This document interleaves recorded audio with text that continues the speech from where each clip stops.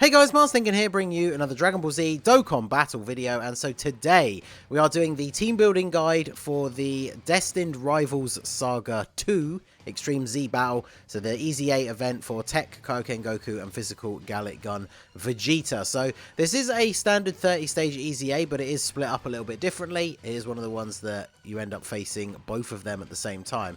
So the stages are split up differently. So you fight 5 stages of the SSR Goku, 5 stages of the SSR Vegeta, then 5 stages of the TUR Goku, 5 of the TUR Vegeta, and then the final 10 are all of them together. And rather than having the type disadvantage thing put in at stage 20, it actually comes into play just before stage 13. So from stage 13 onwards, there is 70% damage reduction from AGL and INT units. So there's no differentiation between Super and Extreme. So you want to be using TEQ, Physical, and STR full power units. So obviously once you get to stage 30, you finish this off, you get all of the medals to awaken both units. You get a few orbs for each. It's kind of annoying when they do these split ones, because when it's a solo EZA, you get enough orbs to fully rainbow a unit. Whereas you don't get enough of both types. It's like the same amount you would get from a single one, but split in half.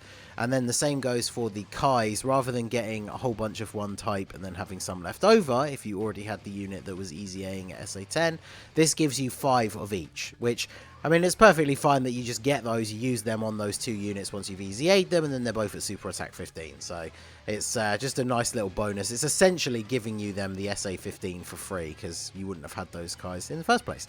And then you get the 30 stones for doing the stages. There's also 3 stones available for missions for each character. So you actually get 36 stones in total compared to the normal EZA where you would get 34. So I guess technically you do get 2 more stones in exchange for getting slightly less orbs and Kais of one specific type. So I think most people probably will prefer that build. So full power is definitely a decent category. We've got a couple of leaders. The 2 main like TUR leaders are quite old now. There is obviously a summonable LR as well, but it's a nice mix compared to, like, say, the Tapion one that just came out on JP, where the bonus category was Connected Hope, which there literally is only the Pycon as the lead. So at least here you have some options. There's also a lot of top tier LRs. So as always with these guides, we're going to go over some of my top picks and a couple of honourable mentions, and then obviously any units that you think I missed or we should have talked more about, let me know down below in the comments. So I do think this Broly is probably the best choice for leader. He does full power, 3 key, attack 170 HP and defense 130. So not as much defense or HP as some other categories, but the attack 170 is really what you're going for. He is of course an AoE unit pre-transformation, so that helps you out in the last 10 stages when you're fighting both of them at the same time. And obviously he can link up very well with the other units on that team. Once you get towards the end of the event, if you do happen to transform, then obviously Broly just goes off, gets potentially multiple super attacks, and this will kind of be the finisher. If you get to this point in the last few stages, transformed Broly will probably finish off whatever is left at that point. So the other actual full power leader is the TEQ Super Saiyan 4 Goku, and obviously we can use TEQ units without the damage reduction, but I think Goku's probably the worst choice out of all of them. He's not very good defensively, so early on in the event he'll be okay. Definitely once you get towards the end he will start to take a bit more damage, but of course he does have the 30% chance to counter supers, so if RNG is on your side that could obviously go fairly well. And of course he will link up well with the team as well. And then of course the other leader option is the summonable LR full power Frieza. He gives 4 key and then only 130 to stats, but obviously if you're bringing a bunch of LRs then it's nice to have some extra key. He does lose 8% of your HP when you 12 key super though, so you kind of want to make sure if you are bringing him that you're bringing like another Frieza unit, or definitely bringing support units, because you want to be able to get his 18 key super as much as possible. And then of course in an EZA, because you can't heal with items, as the fight goes on and you start to lose more health, Frieza gets more and more attack buffs like the lower his health is. So he's obviously going to become more powerful and be able to close out the event for you. So any one of them are suitable as a leader, and then of course, regardless of which one you bring, you can always bring the others on the team. I do think the Goku is the least valuable of the three to bring for this event. But so looking at a couple of the LRs, we've got the TEQ Super Saiyan 2 Gohan. He's fairly recent, but obviously is now on every summonable LR banner. So if you do have this guy, he's insanely good, especially in the early stages. If you pick up enough orbs with him, he's potentially going to be one-shotting, or at least doing an insane amount of damage. And because he has the potential to do multiple additional supers and raise up his defense, he can be very good defensively as well. His links aren't the best, but obviously depending on how you build the team, or if you bring support, he is going to be very, very powerful. So next up, of course, we have Jiren, one of the strongest units in the game. Pretty self-explanatory why you would bring this guy if you have him. Insane defense and attack straight away from turn 1. Yeah, doesn't fit on a lot of teams outside of full power, so depending on who else you bring, you're going to have to be careful when it comes to his links.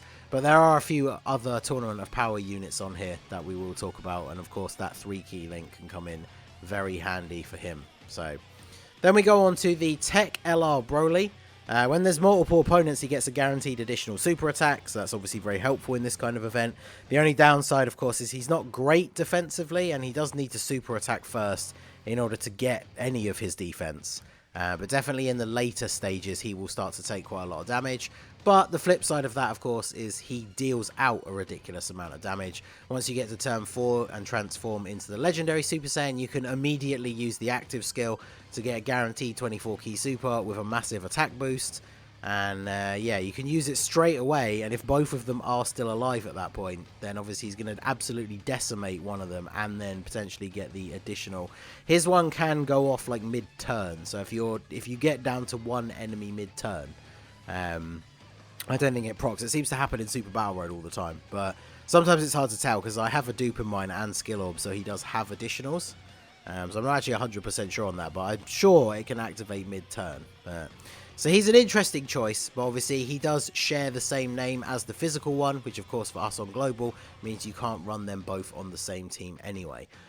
But then we come on to this man, the MVP. So I tweeted about this earlier today.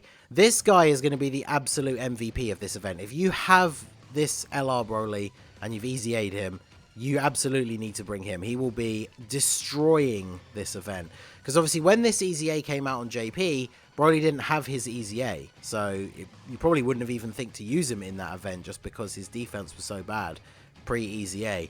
But now, of course, especially with all the attack buffs and stuff that he gets, all the advantages he gets when facing a Pure Saiyan enemy, and the fact that there is a Goku family enemies, he's going to be attacks effective against all types. Yeah, like, I would imagine for at least the first 10 stages, if you just get his 12-key super, so he does the guaranteed additional one as well, those two AoEs will probably just kill them for the first 10 stages at least. Although, of course, I guess to be fair, for the first 10 stages, you're not actually fighting them both at the same time. But just with the sheer amount of power that he puts out, because when there's the Goku family enemy, he gets type advantage, and Goku is TEQ, and when you're fighting Vegeta, he has type advantage already. So he will absolutely crush this event, and it will be just ridiculous. So if you have this guy, you bring him, bring some supports to buff him up even more. And yeah, anyone who has this guy, I guarantee you will sail through this EZA faster than I think any of the previous ones if you have this guy, because he will just wreck this event completely. So moving on, we have the LR Krillin. Obviously his campaign has been going on, so hopefully you do have him even if you're more of a newer player. He is a free-to-play unit technically, so of course everybody should have access to him. It's just of course the grind for Prime Battle LRs is pretty long, even with the campaign giving that extra little bit of boost and everything. It is still quite a long task, but remember he does have an AoE super with his 12-key as well, so once you get to those last 10 stages, he's going to be very useful for that. And he obviously gets more of a buff when you're facing 2 or more enemies anyway. So getting off his AoE is going to be very good. And then, of course, once you get down to only one of them left, his 18-key super is actually very powerful as well. And he does raise defense on the 18-key super. So he's going to be a very sturdy unit. And, yeah, fits very well onto the team. So moving on to, we got the physical, the Blue Boys, the Super Saiyan Blue, Goku, and Vegeta. Again, these are another Tournament of Power unit, so you could link these guys up with Jiren, even though they don't have a ton of the other links. But, of course, with these guys, if you can get them some Rainbow Orbs, they are just going to go off multiple attacks, potentially multiple supers. Once all the additional normals that you get from the Rainbow Orbs go off, they obviously have the higher chance to proc the additional from their hidden potential. So even at 55%, they do have that free additional from the dupe system. So these guys can put out a lot of damage. They're not the best linking partners outside of some of the couple of other units we've mentioned, like the Jiren. So obviously they are lacking in like the normal Saiyan key links, but obviously they can be very, very powerful on this team as well. So moving on to some of the non-LR units, we have the TEQ Golden Frieza. So because he's on full power, this Frieza is one of the best defensive units in the game. So, of course, he's going to be very good on the team. And if you are bringing the LR full power Frieza, whilst they're not the best linking partners, they obviously are going to share a bunch of links. And so that's going to work well as a rotation, because obviously you can put Frieza in slot 1 to tank all the hits. And then have full power Frieza go off in slot 2 and do some big damage. So I guess even if you're not bringing any other Frieza units, this Frieza is very good just for defense anyway. So then we have the Omega Shenron. So Omega Shenron, after his EZA, he is a full power support unit. So he gives 2 key and 40% attack. So that's the kind of thing I'm talking when you've got like him in slot 3 on the rotation where you have STR, LR, Broly, or maybe the SS2 Gohan LR. The massive buff that he's going to be giving to them is just going to help them crush through the event even quicker. His built-in attack lowering is obviously, unfortunately, not going to be active past the first couple of phases. So his main use on events really is for that attack nerfing outside of an EZA, because his overall defense isn't all that great. So I think you would have to be careful with him in the later stages just to try and make sure he doesn't take too many hits from Goku. He should be okay to take hits from Vegeta. But yeah, he's going to provide so much of a buff to everybody else on the team that it's definitely worth bringing him for that extra attack boost. So next up we have the STR Perfect Cell. Now, he infinitely stacks his defense, but EZAs are not normally long enough that, you know, infinite stackers get a real chance to shine. But his defense is pretty decent even after only 1 super attack. And then, of course, if you can pick up 11 key with him instead of the 12, or he does super early at 10. But if you can get 11 key, his super attack is an AoE and it recovers 10% of your HP, which is useful in an EZA since you can't use items to heal. So you can get that AoE off, deal damage to both of them, and then that super attack still does raise his defense as well. So he can be very, very good on the team as well. Then we have this Frieza. So I know this Frieza has not yet returned on a banner on Global. So if you didn't summon and get him from his original banner, then obviously you're not going to have him. But he's another unit that will go well alongside the LR full power Frieza, or you could just run this guy and the TEQ Golden Frieza as a rotation. He can be transformed immediately on turn 1, but of course pre-transformation he raises defense. He does have built-in chance to dodge.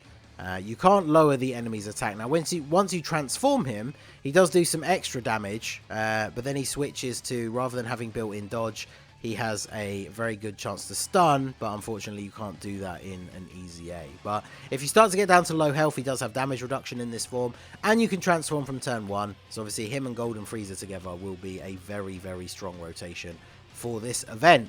And then I brought up, just as an honourable mention here, this other EZA Legendary Super Saiyan Broly.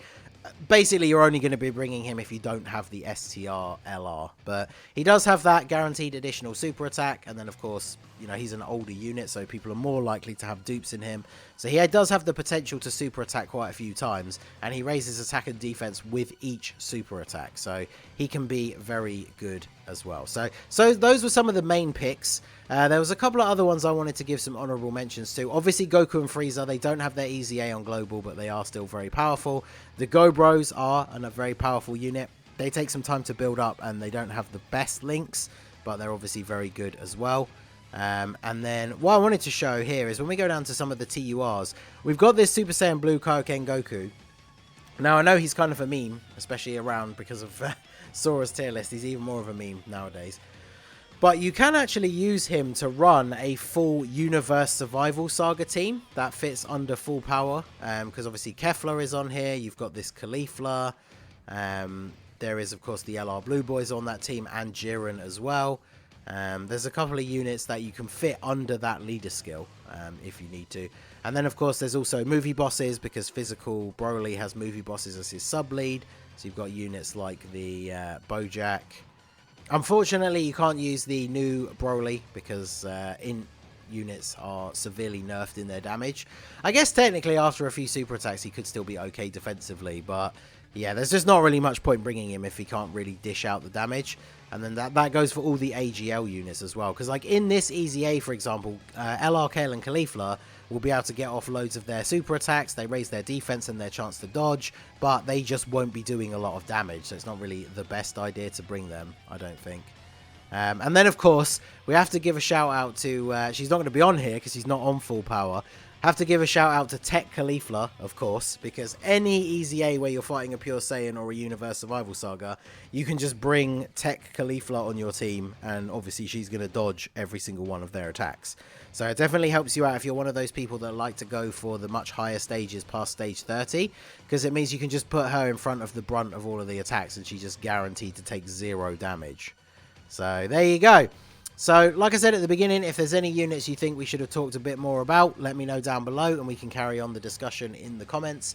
I will be streaming the EZA, so swing by the channel once it goes live. Obviously I will tweet it out. Make sure you are subscribed, hit that bell, and then you will know when I go live, as long as YouTube does what it's supposed to do. That's why you should also follow me on Twitter just in case, because I will tweet out when I'm going live, and I will post in the Discord, and the link for that is in the description as well. So let me know what teams you're going to use, and yeah, I think with considering I do have the LR Broly, like I say, I think this is going to be a very quick 30 stages. So hopefully I will see you guys at the stream. So that is going to be it for the video, everyone. This has been the Masked Ningen. Smash that like button, subscribe to the channel if you are new, check out the links down below, and I will see you all again soon.